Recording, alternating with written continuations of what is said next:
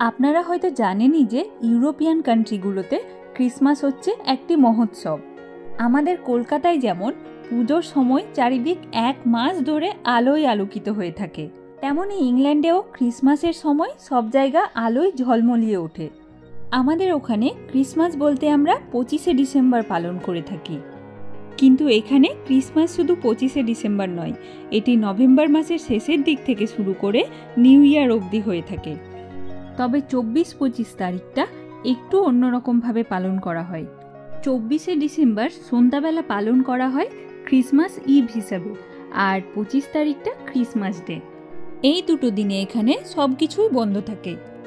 এই ক্রিসমাসের সময়ে প্রায় 2 মাস ধরে ছোট বড় সব শহরে ক্রিসমাস উপলক্ষে মেলা হয়ে থাকে, যেখানে বিভিন্ন ধরনের খাবার দাবার, বিভিন্ন রাইডস, নাগরদোলা, আইস স্কেটিং, রোলার কোস্টার এইসব দেখতে পাওয়া যায়।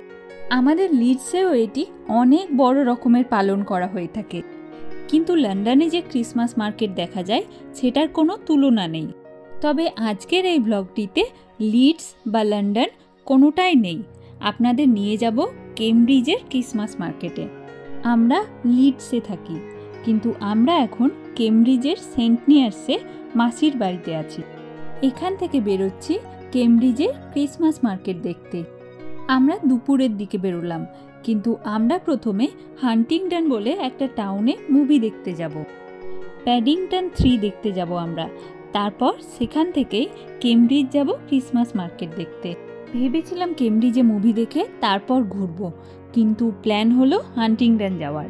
হান্টিংটন টাউনটাও খুব সুন্দর, এর আগে কোনোদিনও যাইনি আমরা, তাই প্ল্যান করা হলো মুভি দেখতে যাওয়ার। এই বাড়িগুলো কি সুন্দর লাগছে না, মনে হচ্ছে এঁকে বসানো। ছোটবেলায় এই সব বাড়ির ছবি আঁকতাম আমরা, এরকমই বাড়ি, মাঝে রাস্তা আর নীল আকাশের ছবি। এই জায়গাটা কি সুন্দর লাগছে না? আর এখন তো শীতকাল, গাছের পাতা সব ঝরে গেছে। এটারও একটা আলাদাই সৌন্দর্য। বিদেশ বলতে কিন্তু আমরা এরকমই ইমাজিন করি। যাই হোক, গল্প করতে করতে হান্টিংটন পৌঁছে গেলাম।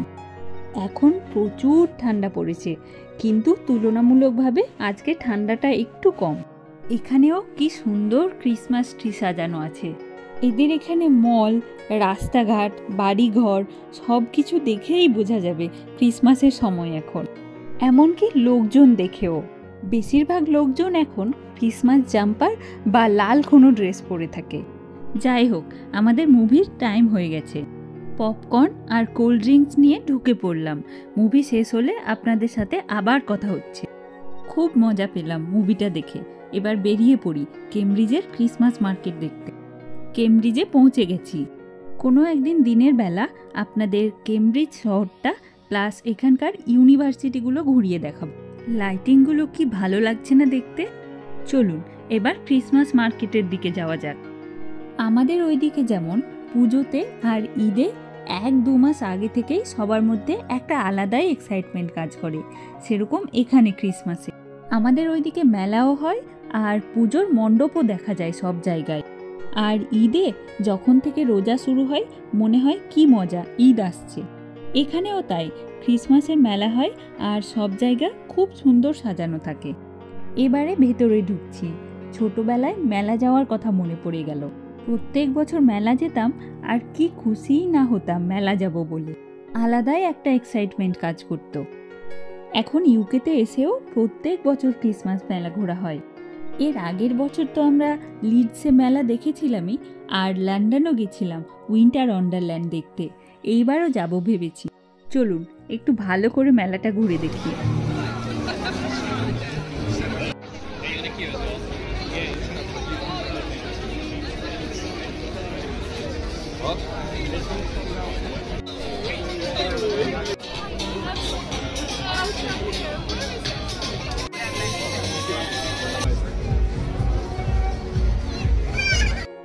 মেলায় ঘুরতে ঘুরতে আমাদের একটু খিদে পেয়ে গেল, তাই ভাবলাম একটু পিৎজা খাওয়া যাক। কি ভালো লাগছে না দেখতে। এখানে বসে কতগুলো ছবিও তুলে নিলাম। এইদিকে দেখলাম আইস স্কেটিংও হচ্ছে। আমার তো এইসব করার সাহস নেই, দেখেই মনে হচ্ছে পড়ে যাব। এর আগের বছর ও আর রিয়ান লন্ডনে আইস স্কেটিং করেছিল, কিন্তু একদমই ইজি না, খুব প্র্যাকটিস করতে হয়। আর আমরা তো কোনোদিনও করিনি আইস স্কেটিং, পড়ে যাওয়ার চান্সেস খুবই বেশি।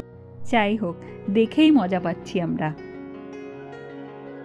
এখানকার একটা মিষ্টির মতো জিনিস পাওয়া যায়, চুরোস বলে, খুব ভালো লাগলো খেতে। এই ছোট ছোট জিনিসগুলো কি সুন্দর লাগছে না দেখতে।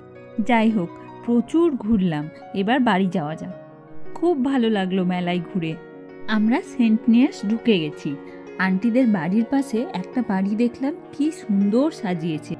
এরকম সাজানো এই প্রথম দেখলাম আমি, তাই গাড়ি থেকে নেমে পড়লাম ভালো করে দেখার জন্য। আজকের ব্লগটা তাহলে এখানেই শেষ করছি। আমার ব্লগটা কেমন লাগলো আমাকে অবশ্যই জানাবেন কিন্তু। আর আপনাদের যদি কিছু জানার থাকে কমেন্ট সেকশনে কমেন্ট করতে পারেন। ক্রিসমাস মার্কেটটা কেমন লাগলো অবশ্যই বলবেন। দেখা হবে নতুন একটা ব্লগ নিয়ে। খুব ভালো থাকবেন আপনারা। Good night.